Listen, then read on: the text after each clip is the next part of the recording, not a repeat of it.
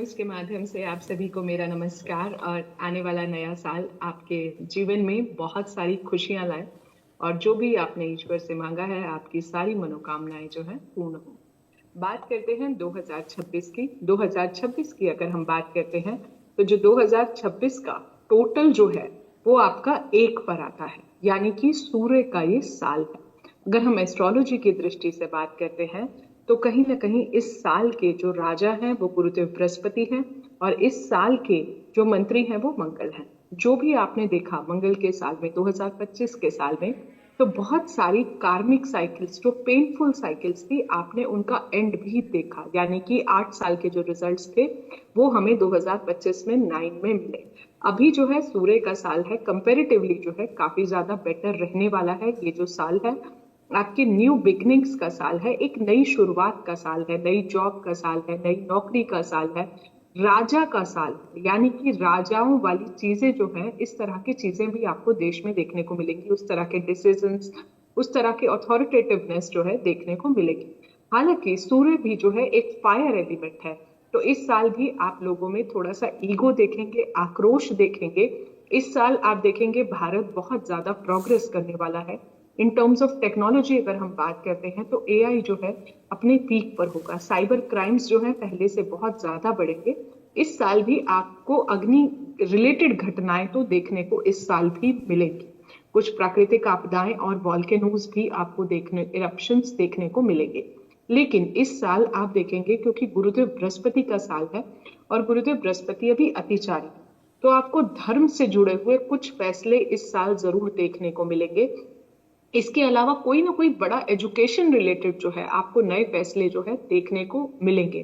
भारत जो है foreign relationships को और ज्यादा पहले से इम्प्रोवाइज करेगा। इसके अलावा आप एक चीज और देखेंगे, लोगों का स्पिरिचुअलिटी में बहुत ज्यादा इंक्लिनेशन आएगा। लोगों का आयुर्वेद में जो है इस टाइम पर बहुत ज्यादा इंक्लिनेशन जो है आयुर्वेदा में बढ़ जाएगा। आप देखेंगे लोग पॉलिटिक्स में आपको बहुत ज्यादा उथल पुथल जो है देखने को मिलेगी। इस साल गुरुदेव बृहस्पति जो है अपनी उच्चस्थ राशि कर्क में जाएंगे, तो जो सेकंड हाफ है भारत के लिए वो बहुत ज्यादा अच्छा है। लेकिन भारत की मंगल की महादशा चल रही है और राहु की अंतरदशा जब फरवरी में आएगी तो आपको कुछ वॉर लाइक सिचुएशंस भी जो है देखने को मिलेंगी।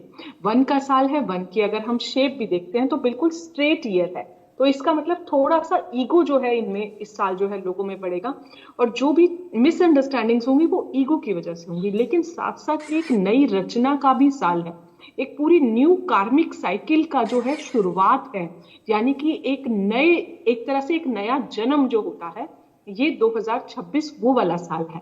अब इस साल आप देखेंगे लोगों में ऊर्ज बढ़ेगा, लोगों में तेज बढ़ेगा। राजा बृहस्पति देव हैं तो लोग अपनी विजडम से जो है इस साल बहुत सारे डिसीजंस लेंगे।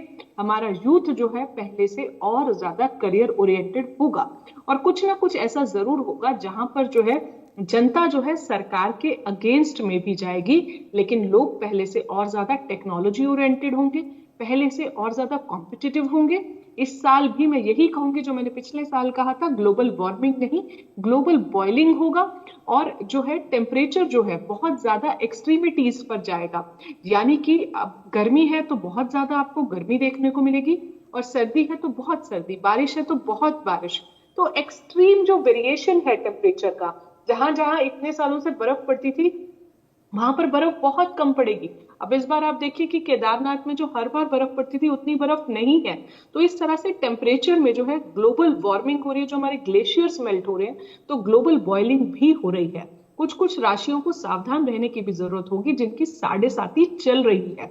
अब जैसे आप अगर यहाँ पर अगर देखते हैं तो इस टाइम पर जो है मीन राशि का साढ़े साथी का दूसरा चरण चल रहा है, मेष राशि का साढ़े साथी का प्रथम चरण चल रहा है। ठीक है वानिया जी, मैं आपके पास आती हूँ और यहीं से हम आगे भी बातचीत शुरू करेंगे। चर्चा में आचार्य राज मिश्रा जी को भी ले आऊं। बहुत स्वागत है आपका भी राज मिश्रा जी, क्योंकि कहीं ना कहीं अब नए साल की शुरुआत होनी है और ऐसे में जो हर साल देखिए कुछ पॉजिटिव चीजें तो होती है, लेकिन लोगों को डर ज्यादा रहता है कि आखिरकार इस साल में क्या वो नेगेटिव चीजें हैं जो इफेक्ट कर सकती हैं। तो आखिरकार वो नेगेटिव चीजें क्या होंगी जो साल 2026 में लोगों को इफेक्ट कर सकती है, चाहे वो किसी भी राशि के हों, कोई से भी नंबर वाले हों, उनको किस तरह से संभल कर रहने की जरूरत है?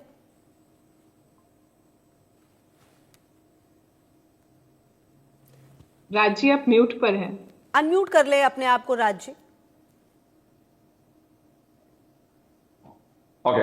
हाँ, अभी मेरी आवाज आ रही है आपको? आ रही है हाँ जी। जी, हाँ जी। अगर मैं 2026 की बात करूं, सबसे ज्यादा किससे बचने की आवश्यकता है, क्या ऐसी चीजें जो सबसे अधिक इफेक्ट कर सकती हैं?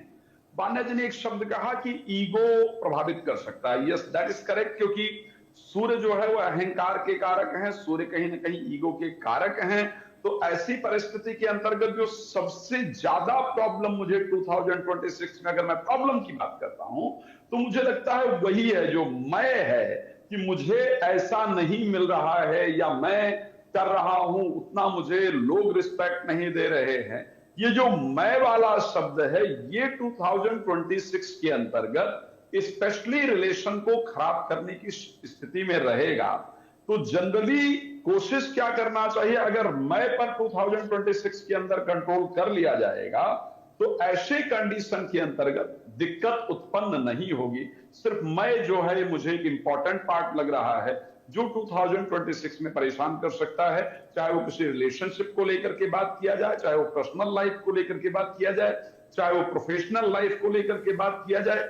किसी भी परिस्थिति में अगर इस पर कंट्रोल किया गया तो परिस्थिति अच्छी होगी। आपने कहा कि और क्या ध्यान देना चाहिए, मैं आपको एक बात बहुत क्लियर कहना चाहता हूं 2026 में। हाँ, मैं अगर कंपेयर करने की कोशिश करूं 2025 में क्या रहा और 2026 कैसा रहेगा, मैं अपने दृष्टि से, क्योंकि 2025 मंगल का वर्ष था और मंगल स्टार्टिंग में नीचस्थ रहे और उसके बाद मंगल गए जब तो केतु के साथ चले गए, तो ऐसे परिस्थिति के अंतर्गत करीब जुलाई तक का 7 महीने जो वर्ष का स्वामी अगर वही पीड़ित रहेगा तो वर्ष अच्छा जाए उसकी पॉसिबिलिटी नहीं होती है। लेकिन अगर मैं 2026 को देखूं, स्टार्टिंग 4 प्लैनेट के राजयोग के साथ हो रहा है। मंगल होंगे, बुध होंगे, सूर्य होंगे और शुक्र होंगे। चारों प्लैनेट जाकर के धनु राशि के अंतर्गत कालपुरुष के 9वें भाव में गोचर कर रहे होंगे। साथ में बृहस्पति मिथुन राशि से उस पर दृष्टि दे रहे होंगे। इट मींस कि वर्ष का प्रारंभ राजयोग के साथ हो रहा है। वर्ष के प्रारंभ के पहले दिन चंद्रमा एग्जॉल्टेड होंगे, उच्च परिस्थिति में होंगे।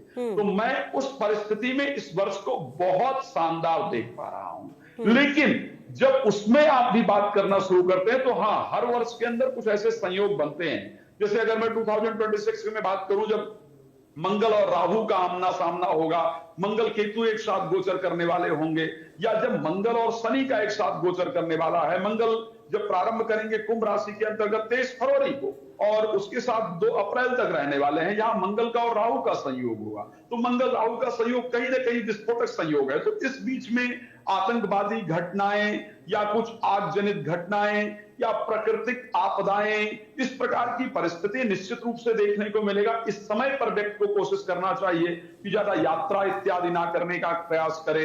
संभव हो तो इस समय पर यात्रा अवॉइड किया जाए, जो इंपॉर्टेंट यात्राएं हैं उसी को करने का प्रयास किया जाए। इस समय पर बहुत ज्यादा जो क्राउडेड प्लेस हैं, जहां पर बहुत पब्लिक होती है, इस प्रकार के प्लेस पर जाने से बचा जाए, क्योंकि इस समय पर आतंकवादी घटना इत्यादि की सूचना है। तो इस समय पर विशेष रूप से ध्यान रखने का कोशिश किया जाएगा। उसके साथ 2 अप्रैल से लेकर के 11 मई के बीच में भी, क्योंकि मंगल और शनि का संयोग होगा, इस टाइम पर मंगल शनि दोनों एक साथ होंगे।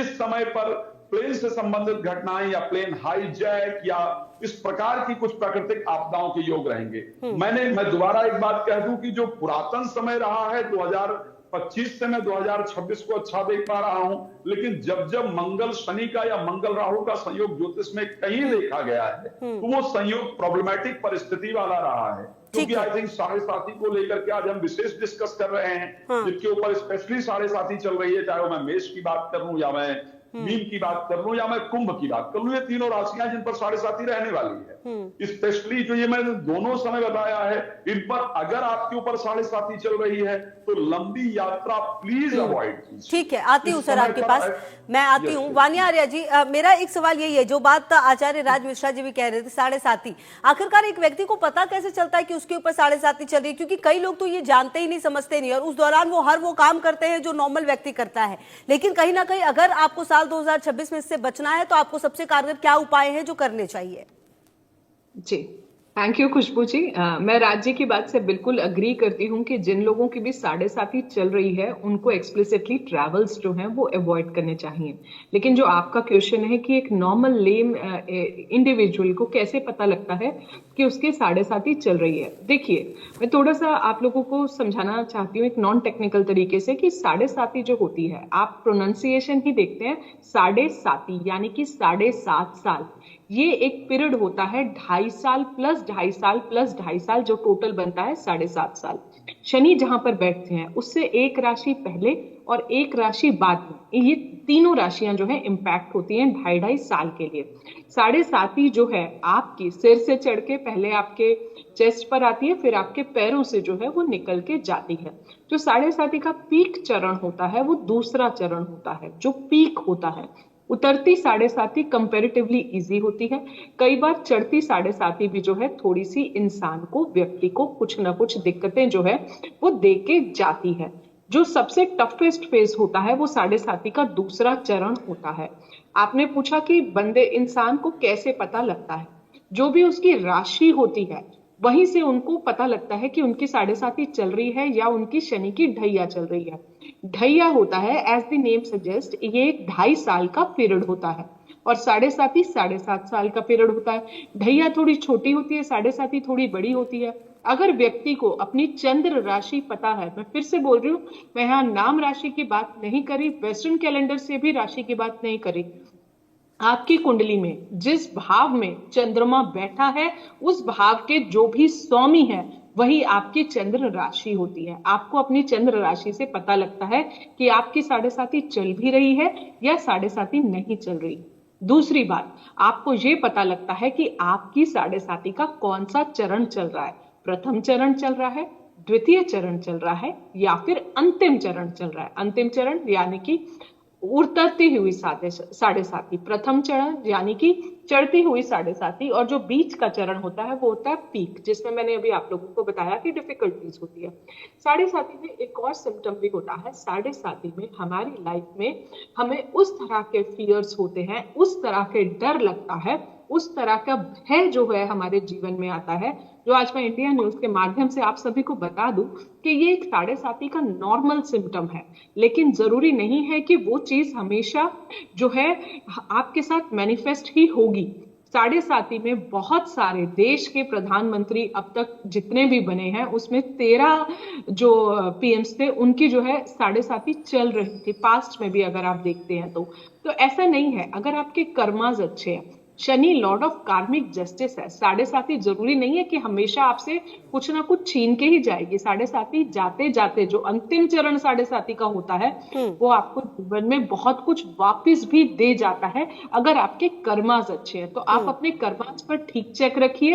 और जैसे अभी राज जी भी ड्यूरेशन बता रहे थे, फेब के अराउंड भारत की कुंडली में मंगल में जब राहु आएंगे, फेब से लेकर 23 मार्च तक भी ड्यूरेशन जो है वो थोड़ी सी जो है कठिन होने वाली है, क्योंकि गुरुदेव बृहस्पति भी इस साल जो है अतिचारी है। उनके जो मोमेंट्स हैं, क्योंकि 3 बार, अदरवाइज वो एक राशि में लगभग 12 से 13 महीने रहते हैं, लेकिन इस साल में ही आप देखेंगे वो मिथुन से कर्क में जा रहे हैं, कर्क से उसके बाद सिंह में जा रहे हैं, तो मल्टीपल बहुत फास्ट जो है उनका परिवर्तन भी है। और इस साल जब सूर्य ग्रहण पड़ेगा, चंद्र ग्रहण पड़ेगा, वहां पर भी जो है, क्योंकि सूर्य ग्रहण का बहुत ज्यादा इम्पैक्ट है इस साल में, तो वहां पर भी जो है आपको स्थितियां, जो पहला आपका ग्रहण पड़ेगा वहां पर भी जो है आपको स्थितियां थोड़ी सी सेंसिटिव जो है नजर आएंगी। ओवरऑल सूर्य का साल है और सूर्य अग्नि तत्व भी होता है, तो वहां पर भी आपको चेंजेस देखेंगे which are not on the positive side. ठीक है, मैं आती हूँ आपके पास। अच्छा आचार्य राज मिश्रा जी, देखिए जो बात अगर हम करते हैं ये शनि 7.5 की, तो सुनकर डर ही लगता है, लेकिन कहीं ना कहीं जो बात वानिया आर्या जी कह रही है कि जाते जाते हो सकता है आपको के साथ कुछ ऐसी अच्छी चीज हो जाए जो फिर आपके लिए बहुत बेहतरीन होगा। बहरहाल साल 2026 कितना ज्यादा सावधान रहने वाली बात है ये शनि 7.5 की, जिसको हम कहते हैं, या फिर ढैया को लेकर तमाम राशिफल वालों के लिए? देखिए, सबसे इंपॉर्टेंट है कि शनि देवता किस चीज के हैं। शनि को न्यायाधीश की उपाधि देवाधिदेव महादेव भगवान शंकर ने दिया है, ठीक है। और शनि वो देवता हैं जिन्होंने सबसे पहले, शनि को अगर कुल मिलाकर देखा जाए 5 भाई बहन हैं। यम जो है वो शनि के भाई हैं, यमुना शनि की बहन है, तो इस प्रकार से तृप्ति शनि की बहन है। तो ये सब होने के बाद भी, लेकिन जब भगवान सूर्य ने शनि की माता छाया को छोड़ा तो सबसे पहला अगर कोई विरोध करने वाला था उसमें से पांचों भाई बहन में से तो शनिदेव थे, जिन्होंने सबसे पहले विरोध किया। इसी कारण से आज तक अगर सूर्य शनि की देखी जाए तो आपस में मित्रता नहीं है। शनि की साढ़े साती, सबसे पहली चीज, अगर आप अच्छे कर्म करते हैं तो आपको शनि साढ़े साती का बैड इंपैक्ट नहीं पड़ता है। मैं बिल्कुल मानता हूं वान्या जी की बात को कि आपके कर्म सबसे इंपॉर्टेंट है। आदरणीय प्राइम मिनिस्टर नरेंद्र मोदी जी 2 बार शनि साढ़े साती के अंतर्गत प्राइम मिनिस्टर बने हैं। तीसरी बार जब प्राइम मिनिस्टर का पद प्राप्त किया है तो साढ़े साती नहीं थी। हम सभी लोगों ने कुछ रिजल्ट देखा है, तो अगर उस दृष्टि में मैं देखूं तो शनि की साढ़े साती बेहतर होती है। कोशिश ये करना चाहिए शनि साढ़े साती के अंतर्गत कि आप झूठ ना बोलें, जितना कम से कम हो सके उतना बोलने का प्रयास करें। झूठी गवाही देने पर, झूठ बोलने पर शनि की साढ़े साती का बैड इंपैक्ट आपके जीवन पर पड़ता है।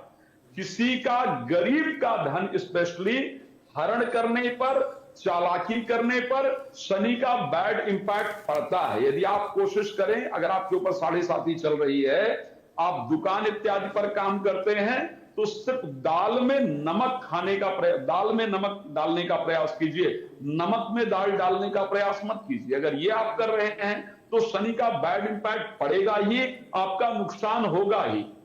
अगर आप किसी कार्य में हैं तो लोगों को सही राय देने का प्रयास कीजिए। कम से कम जो लोग निर्बल हैं, जो लोग गरीब हैं, जो लोग असहाय हैं, उनका मदद करने का प्रयास कीजिए। शनि की साढ़े साती नुकसान नहीं करेगी। लेकिन जहां आपने इनके प्रति कुछ करने का प्रयास किया, इनके प्रति धोखा करने का प्रयास किया, तो निश्चित रूप से आपको बैड इंपैक्ट पड़ेगा। क्योंकि 2026 सूर्य का वर्ष है और सूर्य के वर्ष को शनि लाइक नहीं करते हैं। तो उस परिस्थिति के अंतर्गत जो शनि के क्रोध की परिस्थिति है उसमें वृद्धि रहती है। और स्पेशली जुलाई से लेकर के नवंबर तक शनि वक्री रहेंगे। वक्री होने के कारण कुंभ राशि से प्रभावित करेंगे। तो ऐसे कंडीशन में बहुत आवश्यक है कि जो जो चीजें शनि